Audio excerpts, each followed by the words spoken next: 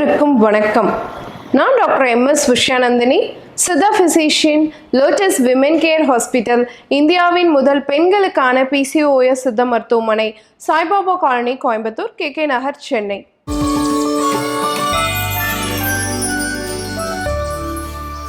இனியவை என்ற நிகழ்ச்சியில தொடர்ந்து நம்ம பெண்கள் சார்ந்த பல ஆரோக்கிய குறிப்புகளை பார்த்துட்டு வரங்க.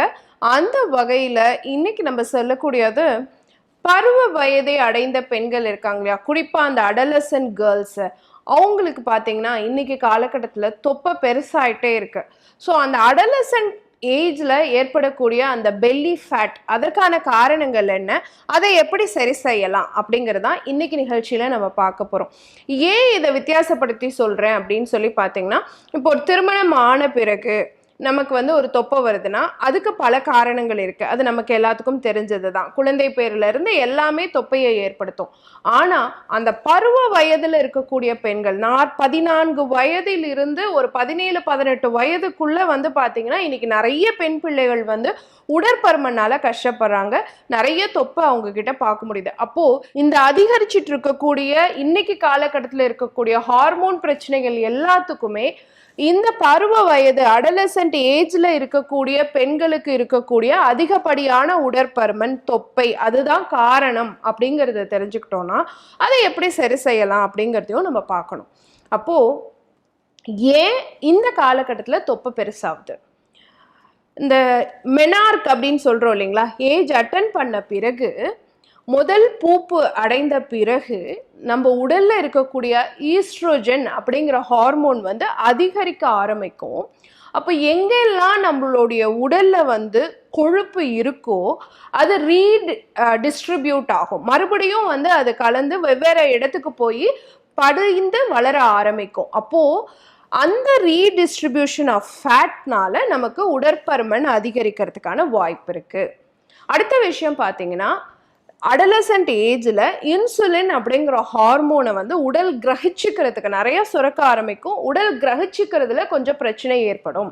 இதனால அதிகப்படியான கொழுப்பு தோலுக்கடியில் சேர ஆரம்பிக்கும். அடிப்போஸ் ஃபேட் அப்படின்னு சொல்றோம். இதனால இன்சுலின் ரெசிஸ்டன்ஸ், இன்சுலின் எதிர்ப்பு திறன் ரத்தத்தில் அதிகரிக்கிறதுக்கான வாய்ப்பு இருக்கு.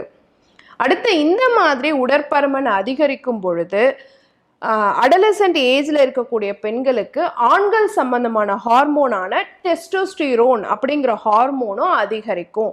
அந்த ஹார்மோனோட வேலையுமே உடற்பருமனை அதிகரிக்கக்கூடியதாக தான் இருக்கு. அப்போ டெஸ்டோஸ்டிரோன் அதிகரிக்கும் பொழுது மறுபடியும் தொப்பை பெருசாகிறதுக்கு வாய்ப்பு இருக்கு. இன்னைக்கு காலகட்டத்தில் இருக்கக்கூடிய இளம் வயது பெண்களுக்கு துரித உணவுகள் ரொம்ப பிடிக்குது, ஜங்க் ஃபுட்ஸ் ரொம்ப பிடிக்குது, நிறைய ஃப்ரைட் ஐட்டம்ஸ் ரொம்ப பிடிக்குது, மாமிச உணவுகள் குறிப்பாக கோழி இறைச்சி ரொம்ப பிடிக்குது, ஜங்க் ஃபுட்ஸில் சாக்லேட்ஸ், ஐஸ்கிரீம்ஸ், பீஸா, பர்கர், இந்த மாதிரி ரிஃபைன்டு கார்போஹைட்ரேட்ஸ் ரொம்ப பிடிக்குது. ஸோ இது எல்லாமே பார்த்தீங்கன்னா தொப்பை ஏற்படுறதுக்கான வாய்ப்பு இருக்கு. அதே மாதிரி அவங்களுடைய அந்த ஒவ்வொரு வயது பெண்களுக்குமே பார்த்தீங்கன்னா சூடோ பெல்லின்னு நம்ம பார்க்க முடியும். சூடோ பெல்லின்னா என்னன்னா, பொய்மையான ஒரு தொப்பை. அவங்க உட்காந்துக்கிட்டே படிச்சுக்கிட்டே இருக்காங்க இல்லைங்களா, ஒரு செடென்ட்ரி லைஃப் ஸ்டைல் தானே அவங்க கிட்டே இருக்கு. ஏன்னா ஒரு 14 இயர்ஸ்லேருந்து எடுத்துக்கிட்டோன்னா ஒரு 9th ஸ்டாண்டர்ட் அப்படின்னு ஆயிடுது. அந்த காலகட்டத்தில் இருந்தே உட்காந்து படிச்சு அது அந்த ஃபேட் ஃபுல்லாகவே போய் லோயர் அப்டமன், அப்பர் அப்டமன் அப்படியே உட்கார ஆரம்பிச்சிடும். இதை நம்ம என்ன சொல்றோம்னா சூடோ பெல்லி அப்படின்னு சொல்றோம். பொய்மையான ஒரு தொப்பை அப்படின்னு சொல்றோம். இதுவுமே இன்னைக்கு தொப்பைக்கு காரணமாக இருக்கு. அவங்களுக்கு உடற்பயிற்சியுமே கிடையாது. என்ன உடற்பயிற்சி செய்யறாங்க அப்படின்னு பார்த்தீங்கன்னா, அந்த 20 வயதுக்கு கீழே இருக்கவங்களுக்கு அந்த அக்கறையும் கிடையாது. அந்த அளவுக்கு உடற்பயிற்சியும் செய்யறது இல்லை. அதே மாதிரி அவங்களுக்கான மன அழுத்தமும் ரொம்ப அதிகம். ஏன்னா 9th ஸ்டாண்டர்ட் தாண்டினாலே வீட்டில் இருக்கவங்க பேரண்ட்ஸாக இருக்கட்டும், இல்லைன்னா ஆசிரியர்களாக இருக்கட்டும், இல்லை சுற்றி இருக்க ஃப்ரெண்ட்ஸோட அவங்களே கம்பேர் பண்ணிக்கிறதாக இருக்கட்டும், இதனால மன அழுத்தம் அதிகமாக அதை தொடர்ந்து கார்டிசால் ஹார்மோன் இன்க்ரீஸ் ஆகி தொப்பை பெருசாகிறதுக்கு வாய்ப்பு இருக்கு. பரம்பரையாகவே குடும்பத்தில் எல்லாருக்கும் தொப்பை இருக்குன்னா அதுவுமே ஒரு காரணமாக இருக்கலாம். ஜெனட்டிக் ப்ரீடெபோசிஷன் காரணமாக இருக்கலாம். இப்போ இத்தனை காரணங்கள் இருக்கு. ஏன் அடலசன்ட் ஏஜ்ல தொப்பை பெருசாகுது, குறிப்பா பெண்களுக்கு ஏன் அதிகரிக்குது அப்படிங்கிறது இத்தனை காரணங்கள் இருக்கு. அப்போ எப்படி சரி செய்யறது? ஏன்னா இவங்களுக்கு இந்த வயசுல மருந்தெல்லாம் கொடுக்க முடியாது, ட்ரீட்மெண்ட்க்கு பெருசா கூட்டிட்டு போக முடியாது. அப்போ வீட்டில் இருந்தபடியே இவங்களை வந்து நீங்க பத்திரமா பார்த்துக்கணும். ஏன்னா படிக்காதன்னு சொல்ல முடியாது, எக்ஸசைஸ் பண்ணணும் சொல்ல முடியாது, ஜங்க் ஃபுட் சாப்பிடணும் சொல்ல முடியாது. இந்த வயதுல இருக்கக்கூடிய பெண்களுக்கு நம்ம ஈஸியா வந்து ஃபுட்டுலேயே அம்மாமார்கள் சில சேஞ்சஸை கொண்டு வரலாம். வாரத்துக்கு ஒரு 2-3 நாள் வந்து சுரக்காய் இருக்கு இல்லையா, அதை வந்து ஜஸ்ட் ஆவியில் வேக வச்சு நீங்கள் வந்து ஒரு ஹாஃப் பாயில்டாக எடுத்து அரைச்சி சால்ட் அண்ட் பெப்பர் போட்டு சூப் மாதிரி கொடுக்கலாம். அதே மாதிரி வெள்ளரிக்காயுமே ஹாஃப் பாயில்டாக வேக வச்சு எடுத்து அதையுமே அரைச்சி சால்ட் அண்ட் பெப்பர் போட்டு சூப் மாதிரி கொடுக்கலாம். 1 or 2 days வீக்லி நீங்கள் இதை கொடுத்துட்டே வரலாம்.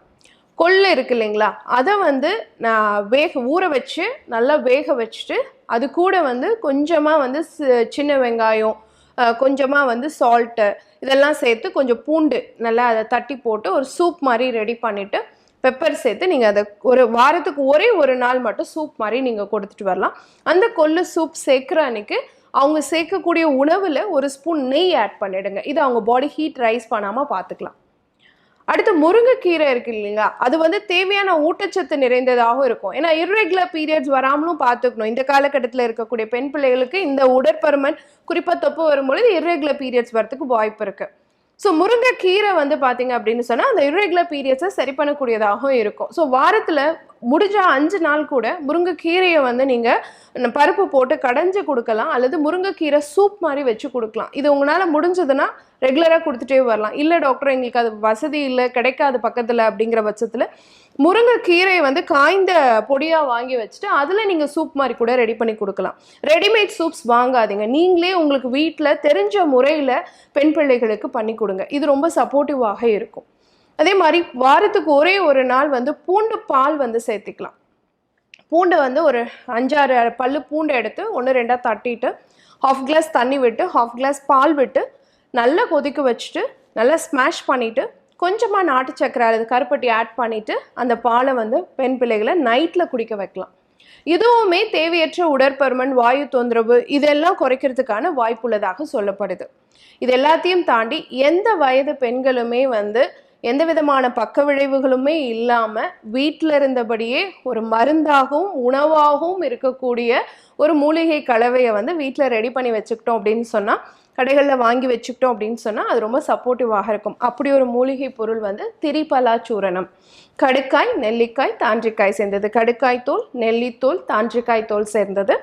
இந்த திரிபலா சூரணத்தை பெண் பிள்ளைகளுக்கு அடலசன்ட் ஏஜ் வந்ததுக்கு அப்புறமே நீங்கள் கொடுக்க ஆரம்பிக்கலாம். அது வந்து உங்களுக்கு தொப்பையும் குறைக்கும், மலச்சிக்கல் இல்லாமலும் பாதுகாக்க உதவும், முடிய ஆரோக்கியமாக வளர்கிறதுக்கு சப்போர்ட்டிவாக இருக்கும், உடலினுடைய நோய் எதிர்ப்பு ஆற்றலை அதிகரிக்கக்கூடியதாக இருக்கும், முறையற்ற மாதவிலக்கை சீர் செய்யக்கூடியதாகவும் இருக்கும், பிசிஓடி பிசிஓஎஸ் மாதிரியான ஹார்மோன் பிரச்சனையும் வராமலும் தடுக்க முடியும்.